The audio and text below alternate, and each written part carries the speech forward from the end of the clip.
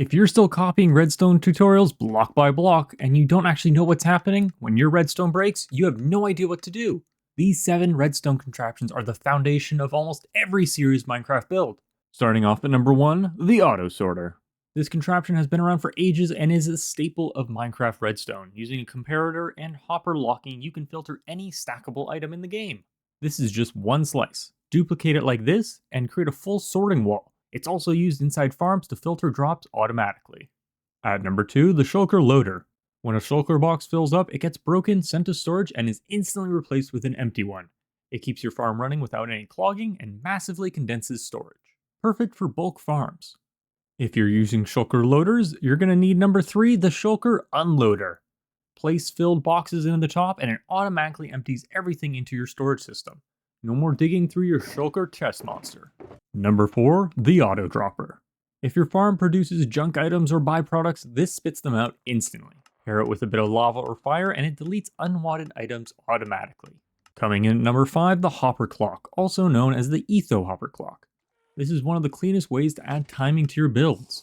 Place a set number of items inside the hoppers, and when all transfer to one side, the pistons flip, switching the output. The redstone block locks one side to ensure one-way item flow. It can be tricky to calculate, but using an item to time chart makes the conversion much easier. In hopper clocks, every item is equal to 0.4 seconds, but for clocks where you want a full cycle, you just double the number. Number 6 is a little bit more technical, the pulse limiter. If you have a redstone signal that stays on too long, this shortens it to a quick pulse. It's also known as a rising edge monostable circuit, turning a steady signal into a clean, controlled pulse. And finally, number 7, the pulse extender. This does the opposite. It takes a short signal and stretches it for as long as you need it. With comparators powering each other, each additional cell adds 8 ticks of time. Alright, now it's time to look a little closer at each of the builds. Starting off with the filter system. To start, place solid blocks in this order. Breaking this one. Place a repeater facing this way, with 3 pieces of redstone and a comparator facing this way, and a redstone torch down here. Next is the storage. You can have multiple stacked on top of each other for more storage space.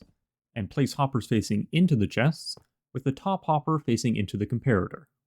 Now in the top hopper, place your placeholder items. These items should be named or items you will never sort, so it doesn't mess up the filtering. Next, place 41 of the items you want to sort into this slot. When a 42nd is added, it will extend the power of this line, turning the torch off, unlocking your hoppers, allowing it to flow into your storage. By placing these slices side by side with a hopper line going across the top and your input chest up here, you can have your own automatic storage system that sorts itself, and anything that doesn't go into any of your filters, like these ones here, gets pushed over to the end into your overflow chest where you can either make more slices or sort it yourself. Next up is your Shulker Loader. First, place your output chest with a hopper going into it, a soul sand on top, and a solid block to the side.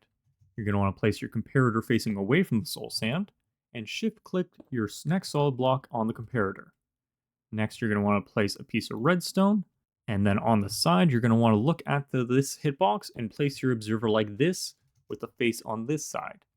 Come down to this side and place a piston facing down. Next, place a temporary block with your dispenser facing in.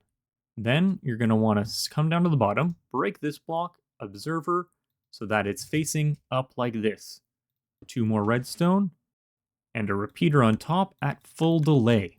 Next, you come to the back of the build, place 1 hopper into your dispenser, a temporary block here, and a hopper like that. Break your temporary block, and you place 2 chests.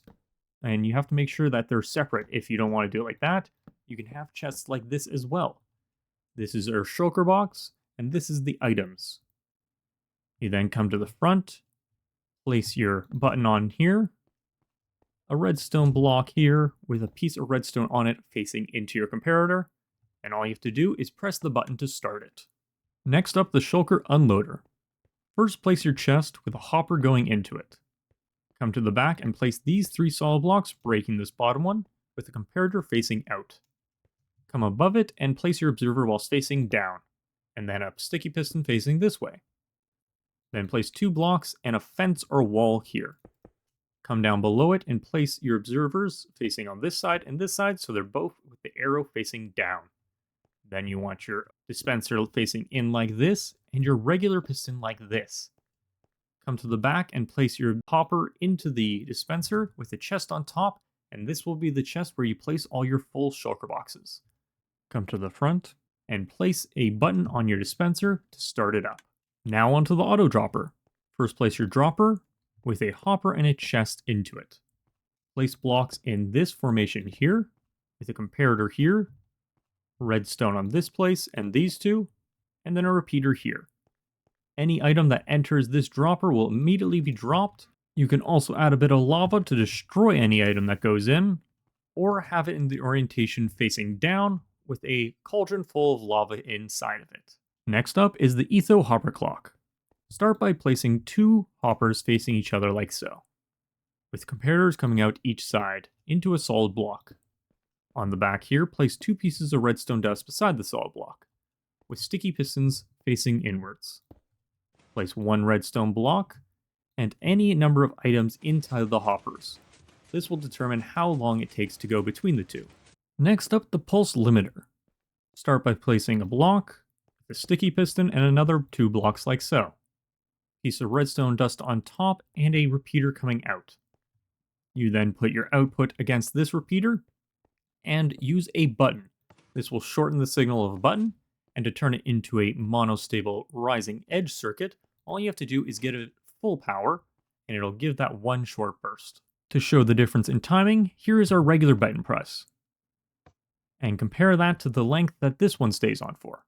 Much shorter. And finally, the pulse extender. You want your input with a repeater, and then whatever input you want, whether it be a button, a pressure place, or any other kind of signal. Place 2 bits of redstone on either side, and then comparators opposite directions. You can then have your output here, or you can add more of these cells. Each one of these, like I mentioned earlier, adds 8 ticks of time to the output's power. So if we press this, it'll stay on much longer than if we just press the one button. And with lots of these cells back to back, you can keep a redstone signal on for a very, very long time, just from a single button press. These 7 contraptions show up in almost every advanced redstone build in Minecraft. Master these, and redstone stops feeling random and starts making sense. Subscribe for more technical videos, and until next time.